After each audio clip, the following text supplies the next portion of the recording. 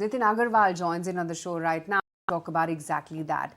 Nitin, hi, morning. Good to have you on the show. Just looking at the trend that's been emerging across the second quarter updates, right, wherein the loan growth has been strong. What's really stood out for you amidst the Q2 updates that have come in? Yeah, hi, good morning. Thanks for inviting me. So yes, this is going to be another steady quarter, what we are looking at in terms of earnings. While first quarter was exceptionally strong and more so for PSU Bank, which reported collectively more than 100% growth. And we know for a fact that margins over the year are going to moderate. We have already seen the cycle turning in the first quarter, and which is where the earnings will also begin to moderate as you go forward in the year. But at least for second quarter, we are still looking at it over 25% earning growth for the sector, and that is adjusted for HDFC merger. And so private banks therefore are going to report over 25% growth, and PSUs will also be close by somewhere in the 20s. And this will be driven by a combination of steady loan growth, what we are looking at. And while margins will moderate this quarter again, but that will get balanced by the further improvement in the provisioning for these banks. If HDFC is talking about a credit growth, and this is the last number which came out a couple of days ago, the quarterly update, they are talking about a credit growth north of 20%, 23 to 24%. So can we safely assume that for mid-tier it would be at least 30% plus? Sorry, mid-year you were saying 30% plus? Mid-tier, yeah. Mid-tier. Okay. So I think cannot really extrapolate, I think, like that, because if you look at some of the mid-cap banks and mid-sized banks have already reported the business update, and the performance has been still mixed over there. Within the key names that we cover, if you look at Federal Bank has reported close to 5% sequential growth. So that's very similar to where HDFC Bank is. And where the growth momentum will remain healthy, we are looking at a 14 to 15% credit growth for FY24, and again around 14% number in FY25 is what we are working with in our estimates. And I think these private banks, the range can be between 17 to 20% as of now, what we are looking at. Very few banks like say Equities or AU will be doing a number which will be going to be higher than that in terms of the growth range that we have. Do you see the war of liability, which in a sense has been a constant feature for banks, having impact on the NIMs further? That is a possibility, yes, and it cannot be ruled out because we are seeing very intense competition for deposits across banks. The CD ratio for banks and as a result for the system now has increased sharply. I think looking at how the recent events have panned out, which has further sort of resulted in up the bond yields, and any possibility of rate cut that we were looking at later during the year is getting deferred a bit, and which is where the rates can remain elevated for slightly longer than what they otherwise could have been, and which is where I think the funding costs can continue to inch up over the year, and margins therefore may report a downtick over the coming quarters. Nitin, That possibility of a competition for liabilities is very much there. Sure. Nitin, I want to talk about some of these large private banks, right? And the recent spate of underperformance that we've seen pretty much across the board. Now, HDFC Bank has, loan growth and deposits, actually a decent uptick coming in the second quarter number.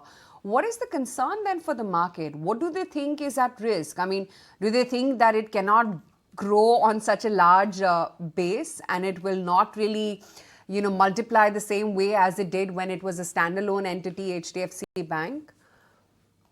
Yeah, so certainly that has been one of the concern for the street. And while we have been optimistic in terms of the ability of the bank to execute, after all, they have been doing it for over 25 years. But just because post the merger, the size of the balance sheet has increased dramatically, and they need to therefore raise a lot of liabilities, both to retire the borrowings as well as to fund the growth. While Q2 has business update has given a comfort to market that the bank can execute at that scale, but I think investors will want to watch out the execution over the coming quarters before completely aligning with that view, because historically we have seen the bank doubling the balance sheet in close to 4 years.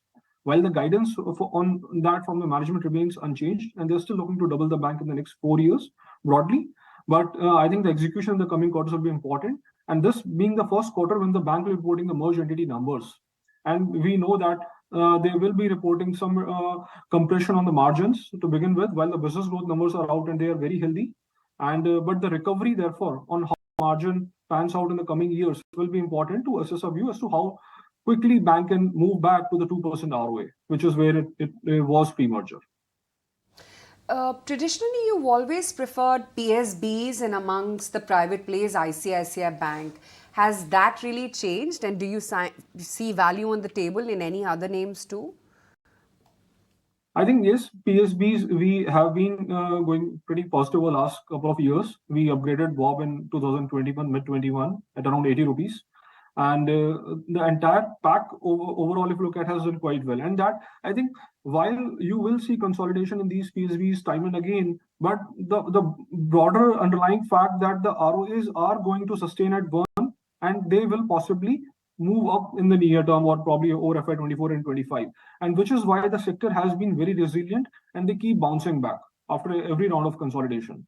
And now that we are looking at broadly around 17% average ROE PSBs over FY24, 25, and multiples still look to be like most of them are still below 1 in terms of the price to book multiples. And that leaves still a scope for further re-rating in these banks. And we continue to like the top names like SBI, Bob, and Canara in PSBs.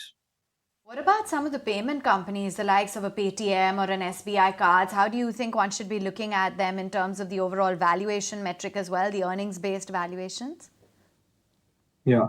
So yeah, we covered both the names, and SBI Card has been like over the last couple of years, the performance has been a bit subdued, and that's primarily because the revolve rate for the entire industry has come down, and margin for SBI Card has moved down considerably from what it used to be.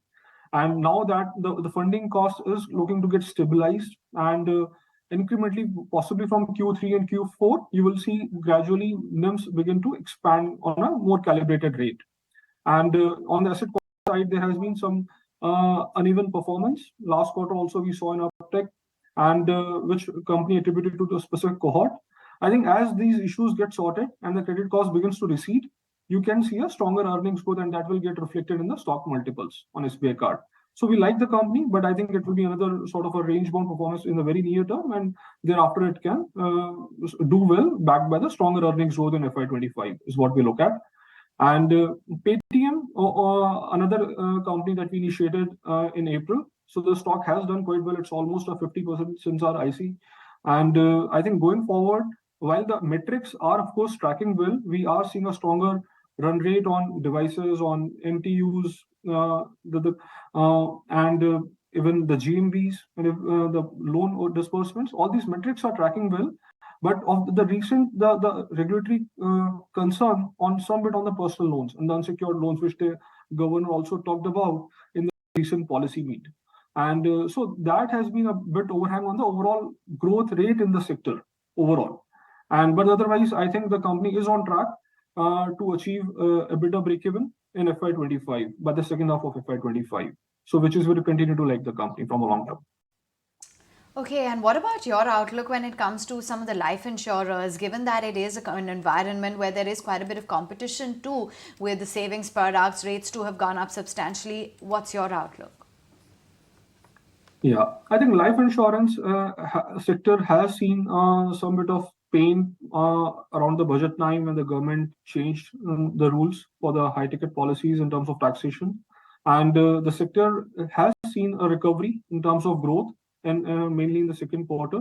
And this quarter, we are looking at a relatively better AP growth and feeding into the VNB growth. While the margins, we are not expecting that to be a driver of VNB anymore, but we see that steady premium growth, because the overall the sector is still quite underpenetrated. And the new product lines which are going to build up and expand is going to drive the growth for the sector over the next many years. And which is where there is a structural story in the insurance, and therefore the VNB growth can sustain around 18%. And some of them are trading quite compelling in terms of valuations, because the ROEVs are very steady, closer to 20 or 20 plus also for some companies. And this quarter in particular, there could be an EV uptick because of the entire market movement that we have seen. So we like the space overall, and SBI Life is the top pick for us in the space. All right, thank you so much for joining in and giving us an all-round view on how things are shaping up within the entire banking and financial space.